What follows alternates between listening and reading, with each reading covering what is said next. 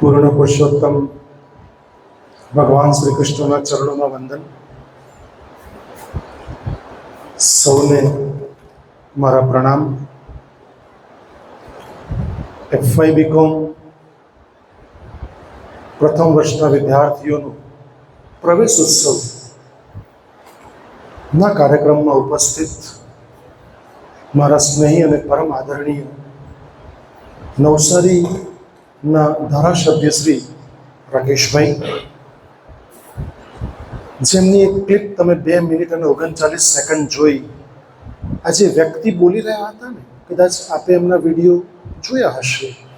જ્ઞાનવત્સલ સ્વામી international motivational speaker છે, અને તે જ્યારે જિગ્નેશભાઈ માટે સંસ્કારની વાત કરતા હોય, એવા સંસ્કારને વરેલા આજ્ઞાંકિત માતા પિતાનો આજ્ઞાંકિત સંતાન પરમ આદરણીય મારા સ્નેહી સ્વજન મિત્ર જિગ્નેશભાઈ, મારા ટ્રસ્ટના ટ્રસ્ટીઝ અને ઓનરરી સેક્રેટરી આદરણીય કેશીભાઈ, મારા પરમ સ્નેહી અને ગાયડા કોલેજ ટ્રસ્ટના ટ્રસ્ટી પરમસભાઈ અવારી, મારી કોલેજમાં મારી સાથે ખભે ખભા મિલાવીને મારું બળ બનનાર આદરણીય ડૉક્ટર હિતેશભાઈ, વાઇસ પ્રિન્સિપલ, મારા તમામ કોમર્સ વિદ્યાશાખાના અધ્યાપક મિત્રો અને વલ્લા દીકરા દીકરીઓ.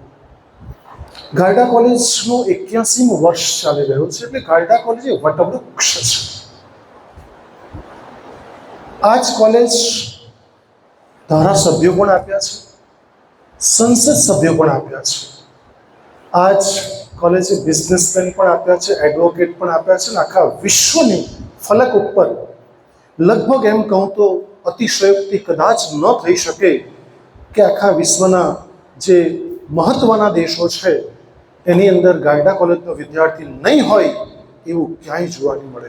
આ ગાયડા કોલેજ 81 વર્ષમાં આવ્યું છે, અને તમે જ્યારે એના ભાગ બન્યા છો ને, તમે ખરેખર ખૂબ સદનસીબ છો કે ગાયડા કોલેજમાં એડમિશન લેવું એ નસીબદાર વ્યક્તિને જ માત્ર તક પ્રાપ્ત થતી હોય છે.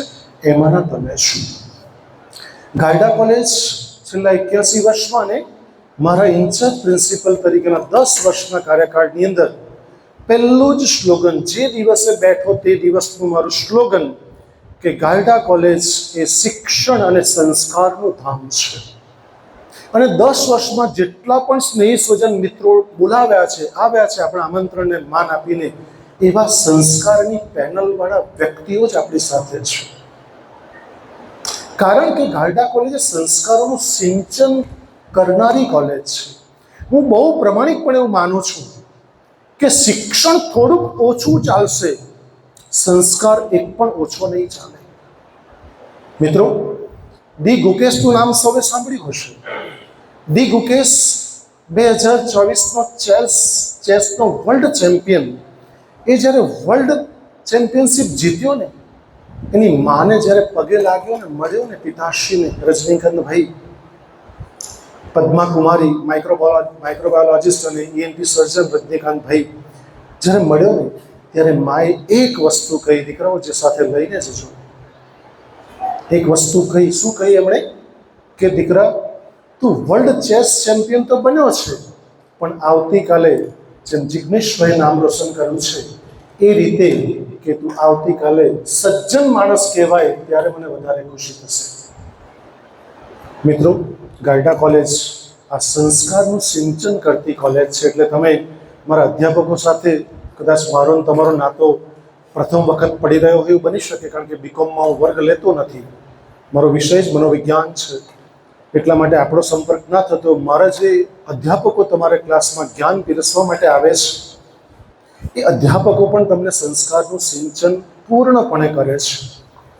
તો ગાયડા કોલેજમાં અપાતું શિક્ષણ એ પરા અને અપરા, જે મુંડક ઉપનિષદમાં કહ્યું છે તે પ્રમાણે, અપરા ઓછું ને પરા તરફ, સ્વ તરફ વધારે લઈ જવાનો મારા તમામ અધ્યાપકોનો એક ચકલી પ્રયત્ન હોય છે. તમે કેટલું લો છો એ ડિપેન્ડ તમારી પર કરે છે. અને આજે હમણાં જ જિગ્નેશભાઈ રાકેશભાઈ સાથે બેઠા હતા, વાત કરતા હતા કે કોઈ પણ બાળકને હું આજે આપની સમક્ષ પણ કહું છું કે કોઈ પણ બાળકને FY BComમાં બધાને લાવી શક્યા નથી આપણે, થોડાક બચ્ચાઓને જ લાવી શક્યા છે, પણ આપને સ્ટેટિસ્ટિક્સની અંદર, એકાઉન્ટની અંદર જે મારા અધ્યાપકો બહુ જ નિષ્ઠા અને પ્રમાણિકતાપૂર્વક ભણાવે છે, તમને કાંઈ પણ સમજ ન પડે તો તમે વર્ગમાં અથવા તો સ્ટાફ રૂમમાં જઈને અચૂક પૂછી શકો છો. એ તમને 12:30-1 વાગ્યા પછી પણ તમને 1 કલાક એક્સ્ટ્રા ટાઈમ લઈને પણ તમને શીખવશે. ક્લાસની બહાર નીકળ્યા પછી તમામ બચ્ચાઓને વિનંતી કરું છું કે તમને હૃદયમાં એક પણ વખત એવું નહીં થવું જોઈએ કે સર મને સમજ નહીં પડી, સરે તો સમજાવ મને સમજ નહીં પડી. તમને જ્યાં સુધી સમજ નહીં પડશે ત્યાં સુધી સ્ટેટિસ્ટિક અને એકાઉન્ટના અધ્યાપકો તમને સમજાવશે. એની આ મંચ ઉપરથી અને પ્રવેશ ઉત્સવ નિમિત્તે તમને ખાતરી આપું છું.